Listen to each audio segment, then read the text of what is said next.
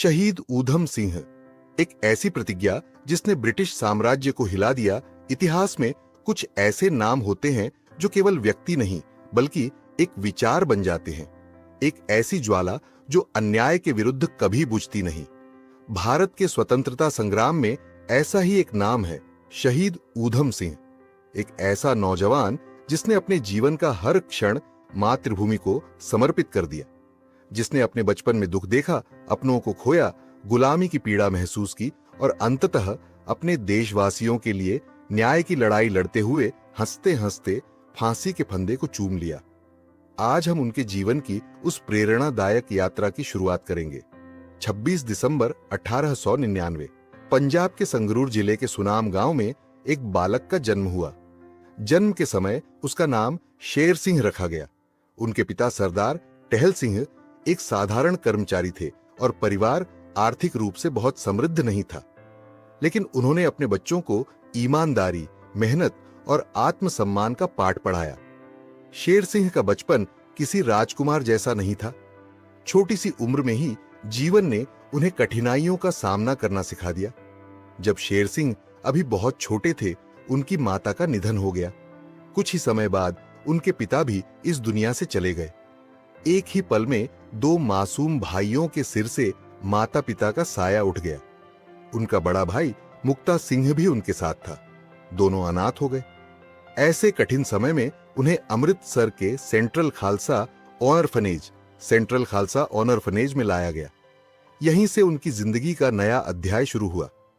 अनाथालय में प्रवेश के बाद शेर सिंह का नाम बदलकर ऊधम सिंह रखा गया। यहीं उन्होंने प्रारंभिक शिक्षा प्राप्त की। उन्होंने पढ़ना लिखना सीखा, पंजाबी, हिंदी और उर्दू का ज्ञान प्राप्त किया। आगे चलकर उन्होंने अंग्रेजी भी सीखी, जिससे विदेशों में यात्रा और क्रांतिकारी गतिविधियों में उन्हें सहायता मिली। अनाथालय में अनुशासन, आत्मनिर्भरता और सेवा की भावना पर विशेष ध्यान दिया जाता था। यहीं से उनके भीतर देशभक्ति का बीज भी अंकुरित होने लगा। लेकिन नियति ने अभी एक और गहरा आघात देना बाकी रखा था। कुछ वर्षों बाद उनके बड़े भाई मुक्ता सिंह का भी निधन हो गया। अब ऊधम सिंह पूरी तरह अकेले रह गए। 20वीं शताब्दी की शुरुआत में भारत अंग्रेज की शासन के अधीन था। देश के किसान भारी करों से परेशान थे। मजदूरों का शोषण हो रहा था। भारतीयों को अपने ही देश में दूसरे दर्जे का नागरिक माना जाता था।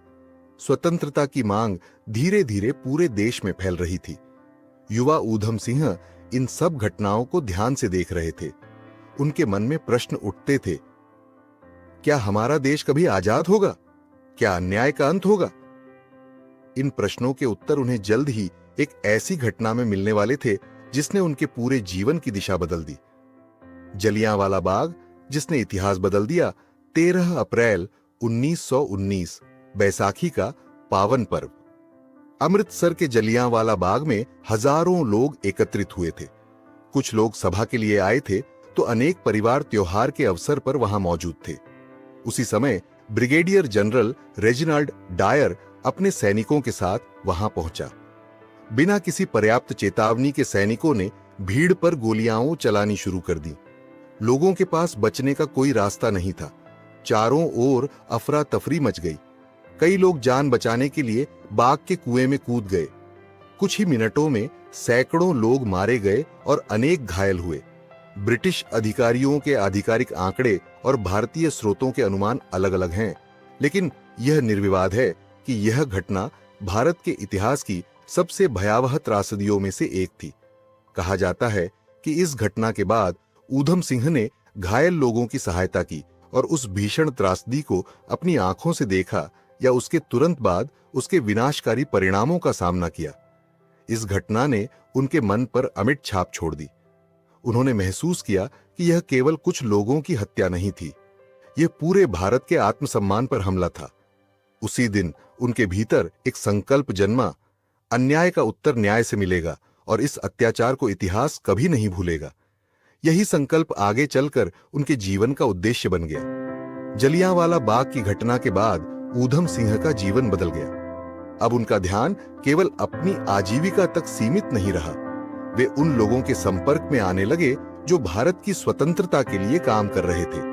उन्होंने देशभक्ति से जुड़ा साहित्य पढ़ा, स्वतंत्रता सेनानियों के विचारों को समझा और भारत की आजादी के लिए चल रहे विभिन्न आंदोलनों के बारे में जाना।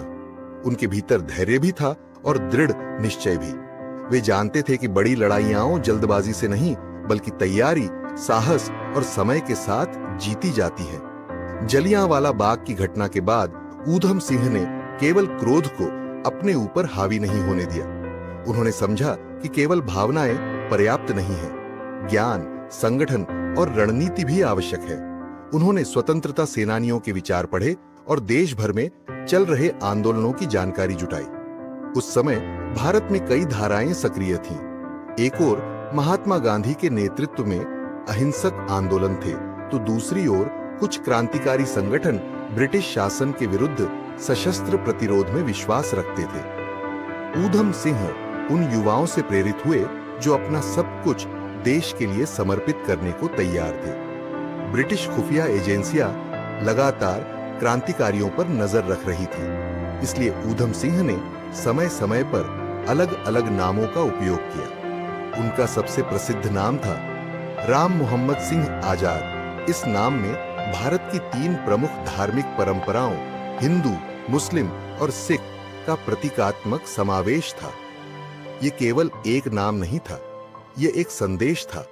भारत की आजादी किसी एक धर्म की नहीं बल्कि पूरे देश की लड़ाई है। 1927 में ऊधम सिंह को भारत में बिना वैध अनुमति के हथियार रखने के आरोप में गिरफ्तार किया गया। उन्हें कई वर्षों की सजा सुनाई गई। जेल की कठिन परिस्थितियों में भी उनका मनोबल नहीं टूटा। उन्होंने अपने उद्देश्य को नहीं छोड़ा। 1931 में रिहा होने के बाद भी ब्रिटिश प्रशासन उनकी गतिविधियों पर नजर रखे हुए था, लेकिन ऊधम सिंह ने हार नहीं मानी। उन्होंने भारत से बाहर निकलने की योजना बनाई। 1930 के दशक के अंत तक ऊधम सिंह पूरी तैयारी कर चुके थे। उन्होंने जल्दबाजी में कोई कदम नहीं उठाया। वे जानते थे कि एक गलत निर्णय उनके वर्षों के मिशन को समाप्त कर सकता है, इसीलिए वे अवसर की प्रतीक्षा करते रहे। फिर वह दिन आया जिसने इतिहास की दिशा बदल दी। 13 मार्च 1940 लंदन के कैक्सटन हॉल में एक सार्वजनिक सभा आयोजित होने वाली थी। वहीं उपस्थित होने वाले थे सर माइकल ओडवायर। वर्षों से जिस क्षण की प्रतीक्षा थी वह अब सामने था। 21 वर्षों तक ऊधम सिंह ने अपने संकल्प को जीवित रखा।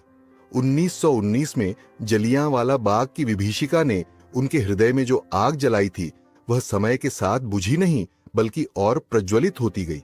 अब वर्ष था 1940, स्थान लंदन और इतिहास अपने सबसे निर्णायक क्षणों में से एक की ओर बढ़ रहा था। 13 मार्च 1940 लंदन का प्रसिद्ध कैक्सटन हॉल। यहां ब्रिटिश अधिकारियों और राजनीतिक नेताओं की एक सभा आयोजित की गई थी। सभा में भारत से जुड़े कई वरिष्ठ ब्रिटिश अधिकारी भी उपस्थित थे। उनमें एक नाम विशेष रूप से महत्वपूर्ण था, सर माइकल ओडवायर, पंजाब के पूर्व लेफ्टिनेंट गवर्नर। ऐतिहासिक रूप से माना जाता है कि उन्होंने 1919 में पंजाब में लागू कठोर नीतियों का समर्थन किया था और जलियांवाला बाग के बाद भी जनरल डायर की कार्रवाई का सार्वजनिक समर्थन किया। ऊधम सिंह वर्षों से इसी क्षण की प्रतीक्षा कर रहे थे। ब्रिटिश पुलिस ने उन्हें तुरंत गिरफ्तार कर लिया। जब अधिकारियों ने उनसे पूछताछ की तो वे भयभीत नहीं हुए। उन्होंने स्पष्ट कर दिया कि उन्होंने यह कार्य सोच समझकर किया है। सभा समाप्ति की ओर बढ़ रही थी। लोग अपनी अपनी सीटों से उठने लगे। उसी समय ऊधम सिंह आगे बढ़े। उन्होंने अपनी छिपाकर रखी पिस्तौल निकाली। कुछ ही क्षणों में गोलियों की आवाज पूरे हॉल में गूंज उठी। सर माइकल ओडवायर को गोली लगी और उनकी वहीं मृत्यु हो गई। इस घटना में कुछ अन्य लोग भी घायल हुए। पूरा हॉल अफरा तफरी से भर गया, लेकिन एक व्यक्ति बिल्कुल शांत खड़ा था, ऊधम सिंह। उन्होंने भागने की कोशिश नहीं की, उन्होंने स्वयं को छिपाने का प्रयास नहीं किया। वे जानते थे कि अब उनका मिशन पूरा हो चुका है। ब्रिटिश पुलिस ने उन्हें तुरंत गिरफ्तार कर लिया। जब अधिकारियों ने उनसे पूछताछ की तो वे भयभीत नहीं हुए। उन्होंने स्पष्ट कर दिया कि उन्होंने यह कार्य सोच समझकर किया है। उनके लिए यह किसी निजी दुश्मनी का मामला नहीं था। वे इसे उन निर्दोष लोगों के लिए न्याय का प्रयास मानते थे जो जलियांवाला बाग में मारे गए थे। उनके चेहरे पर न पछतावा था और न ही भय। कुछ ही समय बाद लंदन की अदालत में मुकदमा शुरू हुआ। दुनिया भर के समाचार पत्र इस मुकदमे पर नजर रखे हुए थे। अदालत में ऊधम सिंह पूरी दृढ़ता के साथ खड़े रहे। उन्होंने अपने विचार खुलकर व्यक्त किए। ऐतिहासिक अभिलेखों के अनुसार उन्होंने कहा कि वे भारत पर हुए अत्याचारों का विरोध कर रहे थे और उन्हें अपने किए पर कोई पछतावा नहीं था। उन्होंने ब्रिटिश शासन की नीतियों की तीखी आलोचना की और भारत के लोगों के साथ हुए अन्याय का उल्लेख किया। उनका उद्देश्य केवल अपना बचाव करना नहीं था। वे चाहते थे कि पूरी दुनिया भारत की पीड़ा को सुने। 31 जुलाई 1940। स्थान पेंटनविल जेल, लंदन।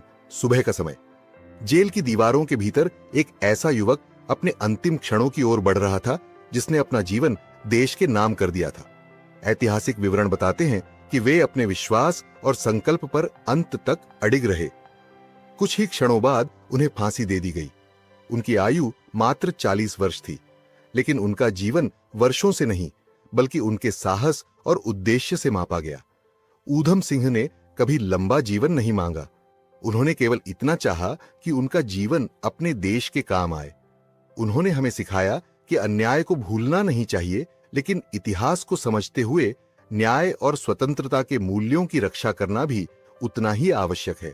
उनका बलिदान केवल अतीत की कहानी नहीं है, यह आज भी हमें साहस, धैर्य और अपने देश के प्रति समर्पण की प्रेरणा देता है। समय बीतता है, साम्राज्य बदलते हैं, लेकिन कुछ नाम कभी नहीं मिटते। भगत सिंह, चंद्रशेखर आजाद, सुखदेव, राजगुरु और उन्हीं महान क्रांतिकारियों की पंक्ति में एक अमर नाम है, शहीद ऊधम सिंह। उनका जीवन हमें याद दिलाता है कि एक दृढ़ निश्चयी व्यक्ति, चाहे वह कितना भी साधारण क्यों न हो, इतिहास की दिशा बदल सकता है। यदि आपको शहीद ऊधम सिंह की यह प्रेरणादायक जीवन यात्रा पसंद आई हो तो इसे अपने मित्रों और परिवार के साथ अवश्य साझा करें, ताकि भारत के इस महान वीर की कहानी अधिक से अधिक लोगों तक पहुंच सके। ऐसी ही ऐतिहासिक और प्रेरणादायक ऑडियो बुक्स के लिए हमारे चैनल को सब्सक्राइब करें। जय हिंद।